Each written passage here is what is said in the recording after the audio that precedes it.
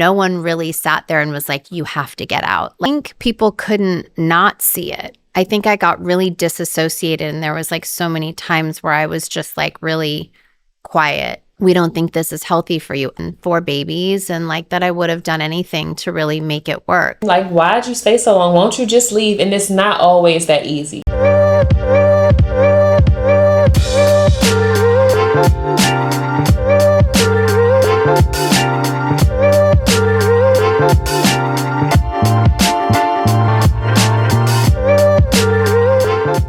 What's up? It's your boy A to the L to the A to the N. I'm Alan. And my name is Nicole. And welcome to the House of Love podcast. House of Love is a relationship podcast where real talk meets real solutions. This podcast dives deep into love, connection, and everything in between. Each episode, we tackle the honest conversations about love, dating, marriage, intimacy, trust, and so much more. So whether you're single, in a relationship, or somewhere in between, House of Love offers wisdom, laughter, and candid conversations about the everyday topics hot off the press. Because in the end, love wins. So today's topic, the tagline is why stay so long? We're talking about staying too long in a relationship that was either toxic, abusive, or just unhealthy. Well, so it gotta be like Casey and JoJo. Baby, won't you just stay? Yeah, so I think that's an interesting conversation. A lot of times we hear from women, I'm waiting for my person. And us men, sometimes we say, hey, I can't wait till I get to a point where I can recognize that she's the one. But we've had these long history of toxic relationships that circumvented the process of us getting the necessary healing in order for us to be the person reflective of the person that is meant for us. So I think this is a excellent topic to kind of tackle. Why do women stay so long in toxic relationships? Yeah, I'm glad you asked, because it is something that men ask us. We ask other women, like, why'd you stay so long? Won't you just leave? And it's not always that easy. So in today's episode, we're going to dive into some of the reasons why, and it's not just for women, period. Why stay so long if you know the relationship is not going anywhere or if it's unhealthy? The first point is the psychology in staying. The mental manipulation that is making that person stay. We can keep it on women if you want, women staying too long, but a lot of times there is mental manipulation going on, and there's some trauma there that's making the women stay. Yeah, and I think it's on the men's side as well, because there are certain aspects of a relationship where we become complacent and comfortable, where we don't recognize it's to our own detriment as well. Because as soon as we do something, or we don't do something to the manipulating woman's liking, then she gonna call the law. Oh, she's a manipulator too? Yeah, she gonna call the law as soon as we don't. Oh yeah. Because and once it gets to that point, for her, in our mind, it's about submit to me, man. I want to see you bow down to me, man. Or if not, I'm gonna call 12. For those of you that don't know, 12 is a slang term for police. But and that's the one thing that we don't want to happen when we're just trying to go about our life and trying to love our woman through tough situations. And I think that's part of that control manipulation tactic, where we may stay because we're comfortable in the environment. We may stay because she treats us well but talks to us terribly. We may stay because of flesh reasons, right? It's so good we can't leave. We may stay because nobody's made us feel in a way where we feel valued or worthy of having this type of love, even though it's packaged in a not so favorable packaging. Yeah, and the thing with manipulation or mental manipulation is you don't always realize it. And, oh yeah, absolutely. And I'm big on not letting my friends or my family or people like that enter my relationship or have an opinion or perspective of my relationship. But sometimes it's necessary, right? If you have people that you love and care about that's calling something out, like, you kind of got to take a step back and try to see it. Mm-hmm. And I think once why stay so long part, the longer you're in it, the more you don't realize that you are being manipulated, or there is some type of maybe narcissistic ways or something mentally that's just keeping you there because you're so used to it.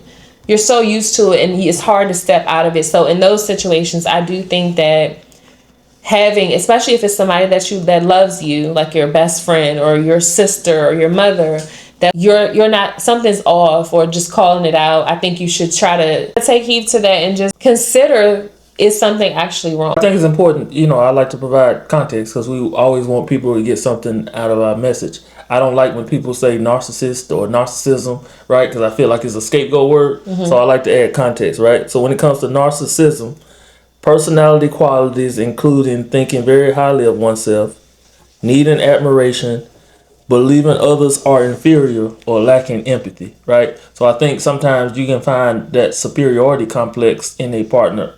You can find that a partner has the superiority complex where they feel like you can't do well without them being a part of your life. And that happens a lot in relationships. And then also too, I think one of the things that you brought up about being in a situation, sometimes it can be a circumstance of trauma bonding, right? So trauma bonding, to provide context, emotional bonds that arise from a cyclical pattern of abuse.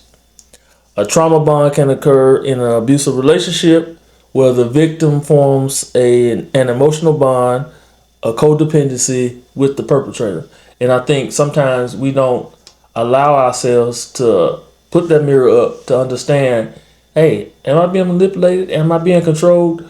Or am I trying to manipulate the situation to make it favorable for me only to be hurt or something negative happen towards the end, right? That's usually the time where people tend to have bad breakups because there's some form of emotional abuse, physical abuse, psychological abuse that's going on. And when the other person pulls away, now they feel like they have to control him or her to make them stay. I feel like sometimes when you're in a relationship for so long that is toxic, y'all go through certain things, and I think that makes you feel like you gotta stay, you gotta be even closer. Like, say, Give me an example. An altercation, or like multiple altercations. Like, I feel like the more these toxic instances occur in the relationship, the more connected the people feel, or maybe it's the woman that feels the connection. It's like, okay, well, I already been through this with him, so I might as well stay. Y'all got into a group fight together. This is just some toxic stuff. Maybe y'all got into a group fight together. You and him was fighting another couple, and y'all made it through, or y'all survived, or y'all still standing. So you feel like that history of that type of toxicity brought y'all closer together, and right. You feel like, okay, we locked in because we got locked up together, or we locked in because stuff is mentally, it doesn't make sense, but you feel like in the moment it brings y'all closer together and you should stay. Right. And I think the same thing can be said about, oh, I cheated on her and got this other woman pregnant and she ain't leave. Oh, I can do it with another woman. Now you're in a situation where you got 3 siblings in 3 different households with 3 different mothers because you allowed the perpetual cycle to continue. And I think that's a trauma bonding experience because you have to take ownership in the fact that I didn't cut it off when it happened. I allowed him to break down my boundaries, and now I have no boundaries. So everything that we do together is out of bounds. So now I've formed this normalcy in this codependency between our relationship. And that's what I think sometimes we don't recognize, and we don't pull ourselves away from it until it's too late. Going on 5 years, 10 years, etc. Then you tend to become angry or bitter at the world because now no one accepts you in the form that you're in. The next one is such a real thing. The cycle of hope and denial. Ooh, that's good. Women know this all too well. Tell the people. Talk to them. So this one strikes a chord with me because one of the lessons that I've learned from dating is I am no longer dating potential. And so the hope and denial piece can mean you have hope for the situation, right? A lot of women stay because they're like, oh, this man has so much potential, or he's a good guy, and he can work on this. So I feel like the hope is good, but when you've had that for too long, now you're delusional. Now you're like, because you have faith in them, you believe that they are capable of being the man that you need them to be. When in actuality, you're in denial because that person is never going to change. Delusion, the unshakable belief in something that is untrue. Come right? on, definition. So, it's important to teach the people, right? Yeah. But I think with the hope and denial, I can hope I win $1 million, But I'm in denial if I wake up and don't take my tail to work tomorrow, knowing that I don't have the winning numbers, right? Yeah. So I think those are the things that you can have confidence and speak positivity into the atmosphere, but you can't be in denial about the things that are being presented to you in everyday life. I'm only giving. I'm never receiving, right? Yeah, but I think it takes a whole person to realize that, to come to the realization. A lot of people are in relationships broken, right? And so if you're broken, you're not a whole, you're only a shell of a person, you're not going to have that realization to say, I'm not getting what I need. The sad part is when you're in it for too long and you're in too deep, it's almost nothing you can do about it to get out of it. Yeah, and I want to address that piece, right? Ladies, know your self-worth. Know your value. So this whole idea of this episode is, it's a little triggering sometimes because it is very hard for women that are still stuck in it. They know that they need to leave, but they don't know how. And so the next point is the barriers to leaving, right? What is standing in your way sometimes from leaving? Like you got to the point where, you've discovered your self-worth. You discovered that I'm a shell of a person. I need out. But there are often barriers. It's not that easy. And people don't always realize that. They're like, oh, why is she still with him? And, it's been so long. Like, you could tell she's not happy. Why is she still there?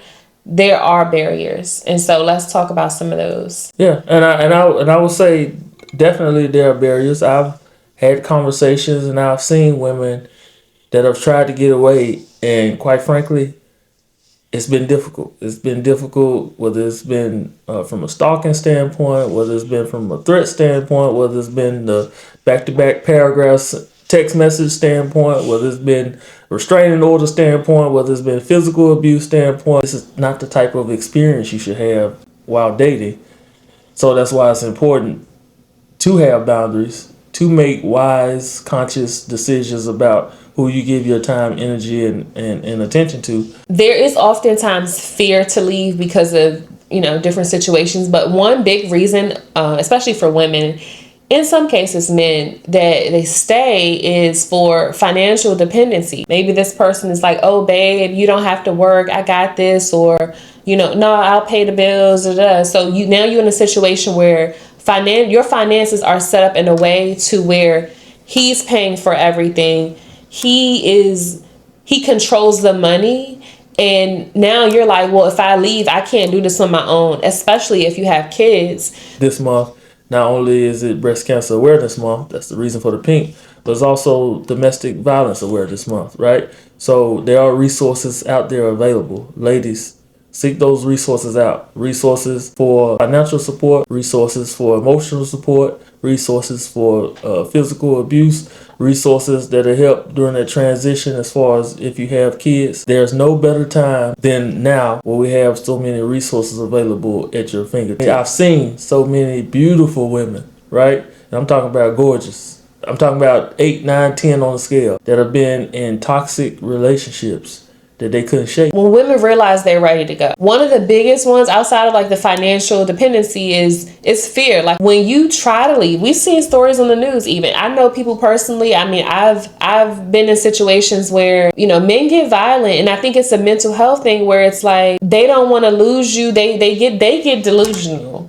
They get delusional. Okay, so we're almost done with today's episode, but we have a couple more points. But before we get to those 2 points, make sure that you're tapping into the community of love, because we're getting real over here. Make sure you subscribe, make sure you like, and make sure you share as much as possible. We want to get this information out in order to keep the conversation going. Second to the last point is the role of self-worth and identity. And I feel like we kind of touched on this a little bit. Not losing yourself in a relationship, realizing who you are, what you need. And I think one of the easiest things to spot is a woman with low self-esteem, low self-confidence, right? So I can make her into my proverbial puppet because I know that as long as I show up just a slightly differently or I present a package in a different way, that I got her. It's unfortunate, but the role of how of your self-worth, how you see your self-worth is very important when you're out here dating. And I think that's why we talk a lot about doing the work before you actually go out here looking for a serious relationship, because if you don't, you're setting yourself up for failure, because if you're a woman that is not healed, right, from your past, you're susceptible to the narcissist, to the manipulator who's targeting you because they know they can, because they know that they can, bring you in and have you on a leash. And you just don't even want to get into that. But I know, we're talking about why stay so long in today's episode. And some women watching may already be there. I get that. But at this point, again, there are resources to help you, to try to get you through and out of the situation. But remember, as you go into what's next, that you build your self-esteem up before you hop back out there. And then the last point that we want to talk about is breaking free. Breaking free of those situations, breaking free of that bondage, and rebuilding yourself, rebuilding your image, rebuilding your personal brand so that you can live a purposeful and fulfilled life. A strategy that I could recommend, just because I've seen women do this, is if you know that it's time for you to go and you're trying to figure out, how can I escape this? How can I get out of this safely? Start listening to podcasts, stories of women, like YouTube videos of women who have done it. And they tell their stories, and you can really learn from that. You can learn what went wrong, what went well. And then you can also see the other side of it, because there are a lot of women who have, overcame those type of tough situations and tough relationships and have built themselves back up to a more confident woman. So try to just listen to other people's stories. And one of the things that I've heard from women that's been effective as well, not only with the podcast, but just doing a simple Google search around rebuilding yourself after hurt, or rebuilding yourself after a toxic situation, because a lot of times those resources are buried within those links. And then additionally, you'll see books attached to it. You'll see videos attached to it. And those are some things where it gives you a little boost, gives you a little confidence that there's light at the end of the tunnel. And I think, rediscovering yourself after going to those resources, understanding what category you fit in, understanding the work that needs to go, and you rebuilding your brand, rebuilding your self-confidence, rebuilding your self-worth, that requires you to go into isolation. At the end of it, there is joy. Be a prayerful woman. Turn your life over to God. Be in the church. Get around some emotional support group. I always tell you, I say sometimes women spend so much time, energy, money, effort, and making sure they look good, smell good, that their hair did, that they get their nails done. Take some of that time, energy, and money and put it into therapy. Yeah, and one of the things that has worked for me is self-reflection, like regular self-reflection. If you can, on a regular basis, like every week, or for me, sometimes it's every day, is think back to what you've gone through, what you've overcame, and continue to remind yourself that you're not that woman anymore. That thinking back through the time, the duration of that relationship, how did I get there? How did it progress over time? What was I thinking in the moment? What was I going through in the moment? And kind of just learn from your past by reflecting. So if you got something out of this episode, make sure to comment down below, right? What are some of the things that you've heard? Or, if you want to share some of the things that you've dealt with in the past. And if you're in a situation where you feel like there's no alternative, there's no help, there's no resources available, please, we're going to put the number in the description below. Please seek help. There are a lot of resources available to us. Just have hope and, understand that you can get out of your situation. Understand that love for yourself is also important. If you aspire for real love and true love in a relationship, that will come to you when the time is right. Because at the end of the day, love wins. Greetings, house guests. If you or anyone that you know are dealing with any emotional trauma, physical abuse, or simply having difficulties finding solutions out of your situation, please dial the number below to find resources available in your area. Because remember that you are not alone and you deserve a safe escape, and there are people who can help you.